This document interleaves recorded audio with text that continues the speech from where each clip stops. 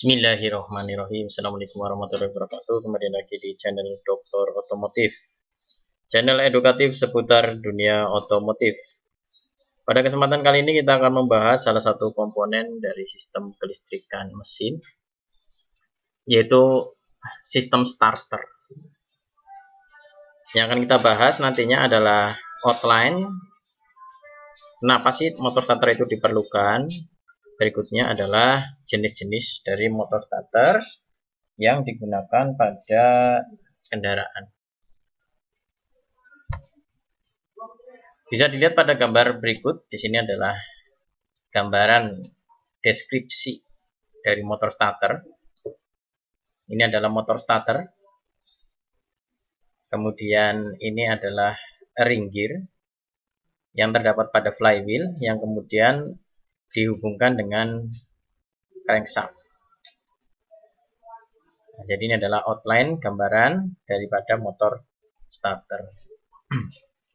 Kenapa motor starter diperlukan? Karena untuk mesin kendaraan ringan tidak dapat di start atau digerakkan awal dengan sendirinya, sehingga diperlukan daya dari luar untuk membangkitkan tenaga pertama kali. Oleh karena itu, sistem starter disebut sebagai sistem penggerak mula. Starter diperlukan untuk membangkitkan tenaga yang besar dari sumber tenaga yang kecil. Sumber tenaga yang kecil itu yang dimaksud adalah baterai.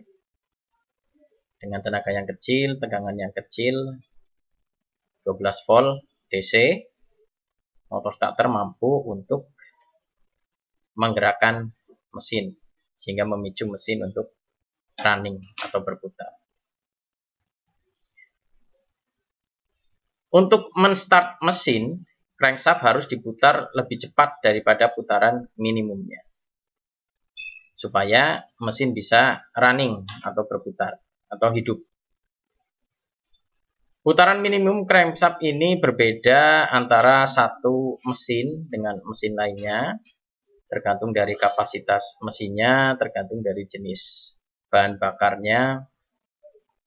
Tetapi umumnya untuk mesin bensin itu kisaran 40 sampai 60 rpm.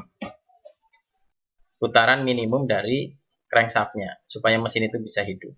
Sedangkan untuk mesin diesel, putaran minimum supaya crankshaft itu bisa menghidupkan mesin adalah 80 sampai 100 rotasi per menit. Itu terkait dengan deskripsi atau outline dari motor starter. Kemudian berikutnya kita akan membahas mengenai jenis-jenis motor starter. Yang pertama di sini yang terlihat pada gambar adalah tipe reduksi. Bentuknya kurang lebihnya seperti ini. Bagian-bagiannya ada switch magnetik atau magnetic switch di bawah ini. Kemudian di depan ini ada roda gigi pinion yang nantinya akan memutar ring gear pada flywheel. Kemudian di sini ada clutch gear yang bawah ini. Clutch gear nantinya akan terhubung ke idle gear yang tengah.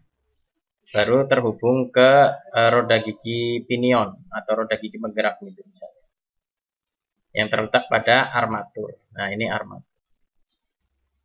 Dan armatur sendiri dibalut oleh yok. Untuk starter tipe reduksi, dia menggunakan motor compact putaran tinggi atau compact high speed motor. Starter tipe reduksi meningkatkan torsi atau momen dengan mengurangi kecepatan putaran armatur melalui roda gigi reduksi. Nah, jadi bisa dilihat di sini, ini adalah roda gigi penggerak, ini dari armatur. Nah, kecil ya, giginya kecil, kemudian tidak terlalu banyak jumlah giginya. Kemudian direduksi lagi oleh idle gear di sini. Baru kemudian diteruskan ke clutch gear yang lebih besar. Yang mana clutch gear ini seporos dengan roda gigi pinion yang nantinya akan memutar flywheel atau ring gear. Inilah mekanisme peningkatan torsinya di sini. Jadi idle gear di sini fungsinya selain pertama untuk menghubungkan armatur gear atau roda gigi penggerak ke clutch gear yang kemudian akan diteruskan ke roda gigi pinion, juga untuk mereduksi putaran daripada pinion gear ini untuk kemudian bisa meningkatkan momen pada roda gigi pinion yang depan ini. Selain itu juga berfungsi untuk menyamakan putaran antara roda gigi armatur dengan roda gigi pinion. Planer switch pada planer switch magnet secara langsung mendorong roda gigi pinion yang terletak pada sumbu yang sama untuk melepas dan menghubungkan ring. Jadi di sini ada plunger di magnetic switch yang kemudian akan mendorong untuk memajukan roda gigi pinion untuk bertautan dengan ring gear, untuk kemudian setelah mesin hidup dia akan kembali lagi ke posisi semula. Jadi ini poros antara magnetic switch dengan pinion gearnya. Justru armaturnya yang tidak seporos dengan roda gigi pinion. Ini untuk tipe reduksi. Biasanya digunakan untuk kendaraan-kendaraan yang memerlukan torsi putaran yang tinggi, seperti kendaraan dengan cc besar atau dengan kompresi tinggi seperti mesin diesel. Kendaraan yang agak berat dia menggunakan tipe reduksi. Kalau di Toyota itu ada 2KD ya, atau Innova Diesel, Fortuner Diesel atau Hilux, itu dia menggunakan starter tipe reduksi karena membutuhkan momen putar yang besar atau tenaga yang besar untuk menggerakkan mesin pertama kali. Oke, itu untuk tipe reduksi. Kemudian yang kedua di sini ada tipe konvensional. Tipe konvensional ini yang sangat familiar sekali ya, karena ini sebagai basic daripada motor starter. Bahkan sampai saat ini pun masih banyak tipe-tipe motor starter yang menggunakan jenis konvensional ini. Di mana komponennya di sini ada roda gigi pinion. Kemudian di sini ada drive lever atau tuas penggerak yang biru ini. Kemudian di sini ada armatur.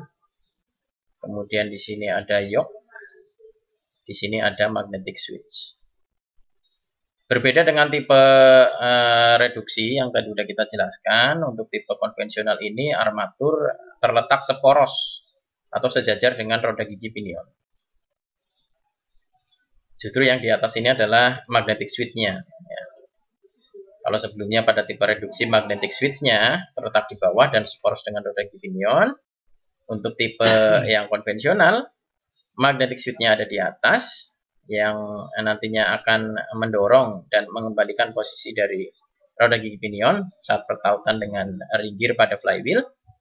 Kalau yang ini armatur yang seporos dengan roda gigi. Jadi untuk tipe konvensional, roda gigi pinion terletak pada sumbu yang sama dengan armatur dan berputar dengan kecepatan yang sama. Artinya tidak ada reduksi putaran, tidak ada peningkatan torsi atau peningkatan tenaga pada tipe konvensional. Ya, jadi jumlah putaran antara armatur dengan putaran pada roda gigi pinion adalah sama. Berbeda dengan tipe reduksi yang tadi, di mana putaran armatur direduksi melalui roda gigi reduksi, ada idle gear-nya di tengah, yang kemudian akan meningkatkan torsi dan mengurangi putaran untuk menggerakkan mesin dengan cc yang besar atau dengan kapasitas yang besar. Pada tipe konvensional, tuas penggerak dihubungkan dengan plunger switch magnet untuk mendorong roda gigi pinion agar terhubung dengan ring gear. Ya, jadi ada tuas penggerak di sini, drive lever, yang nantinya akan mengungkit atau mendorong roda gigi pinion ini maju ke depan dan mengembalikan lagi ke belakang melalui kemagnetan yang ada di magnetic switch. Ya, jadi ini roda gigi pinionnya maju mundur berdasarkan dari ungkitan dari tuas penggerak ini atau drive lever yang warna biru. Oke, ini untuk tipe konvensional ya, banyak sekali, familiar sekali. Untuk mesin-mesin bensin rata-rata menggunakan tipe ini ya. Mulai dari yang tipe paling lama itu Kijang Serica menggunakan tipe ini.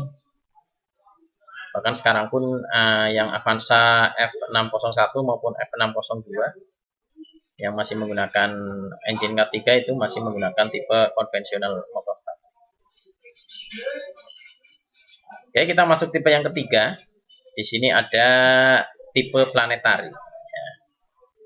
Tipe planetari secara bentuk, secara konstruksi hampir sama dengan tipe konvensional. Ya, di sini di atas ada magnetic switch, kemudian ada tuas penggerak. Ya, drive levernya masih ada. Di sini juga ada roda gigi pinion. Kemudian armaturnya juga seporos dengan roda gigi pinion. Kemudian di sekeliling armatur juga ada yoke dan pil coil di sini. Secara konstruksi mirip sekali dengan tipe konvensional, hanya saja di sini ada tambahan planetary gear unit di sini. Ya.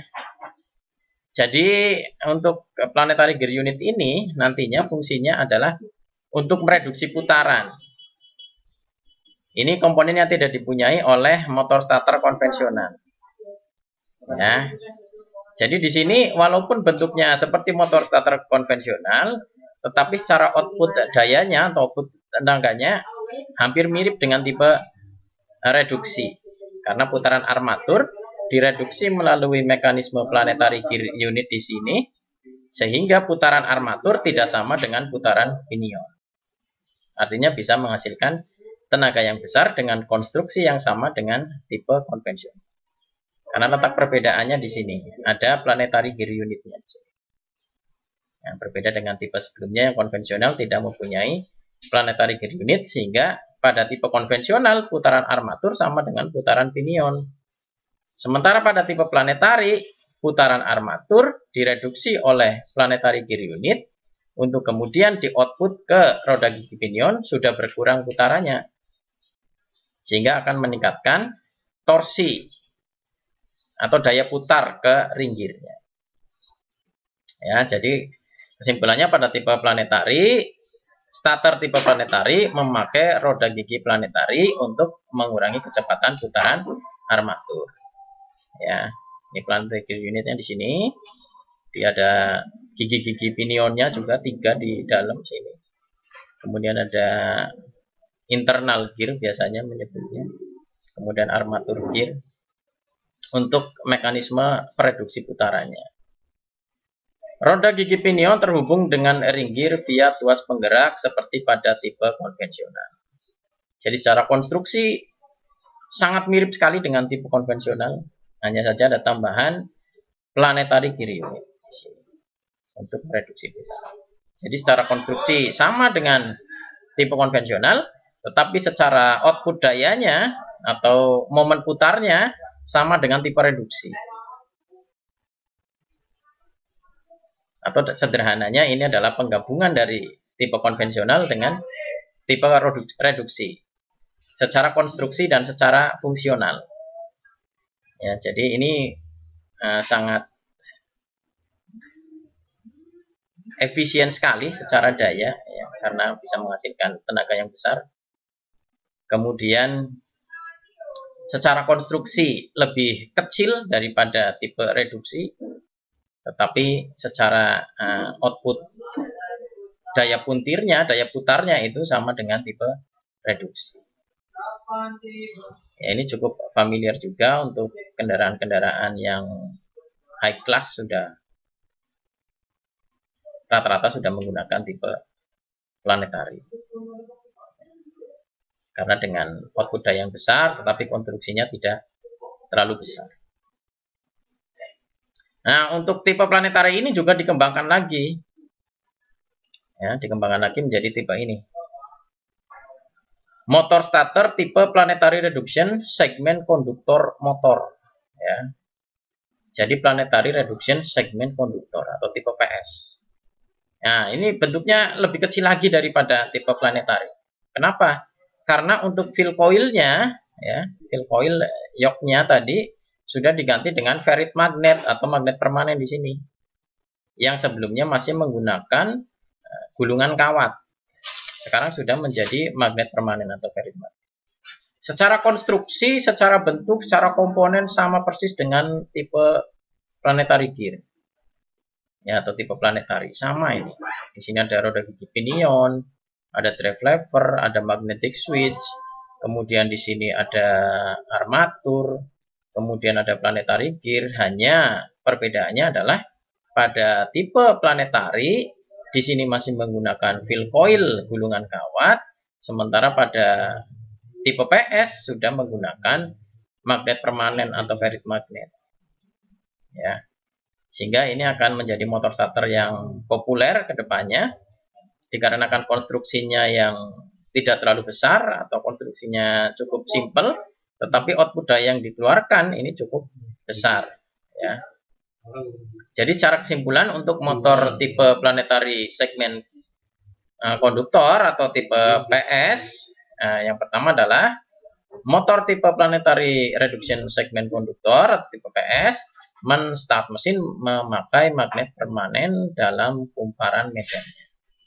Ya, kelebihannya adalah lebih kecil konstruksinya karena sudah menggunakan magnet permanen atau ferrit magnet sebagai pengganti dari fill coil dan yoknya di sini. Mekanisme pertautan dan pelepasannya, engagement dan disengagement-nya bekerja dengan cara yang sama dengan tipe planetary. Jadi sama persis dengan tipe planetary, perbedaannya spesifik hanya pada pengurangan komponen yaitu fill coil yang sudah diganti dengan ferrit magnet atau magnet permanen. Sehingga mengurangi atau mereduksi daripada berat motor maupun bentuk yang lebih simpel daripada tipe planetary. Oke, itu saja yang bisa kita jelaskan untuk kesempatan saat ini. Yang pertama tadi deskripsi mengenai motor starter. Yang selanjutnya adalah kita sudah jelaskan juga mengenai tipe-tipe motor starter yang ada pada kendaraan. Tadi sudah kita jelaskan ada tipe reduksi, ada tipe konvensional, ada tipe planetary, dan kemudian yang terakhir ada planetary reduction segmen konduktor atau tipe PS. Oke, mudah-mudahan bermanfaat apa yang sudah kami sampaikan pada kesempatan kali ini. Untuk kesempatan selanjutnya, kita akan membahas mengenai bagian-bagian secara spesifik pada motor starter. Oke, terima kasih untuk perhatiannya. Sampai jumpa di konten selanjutnya. Wabillahi taufiq wal hidayah. Wassalamualaikum warahmatullahi wabarakatuh.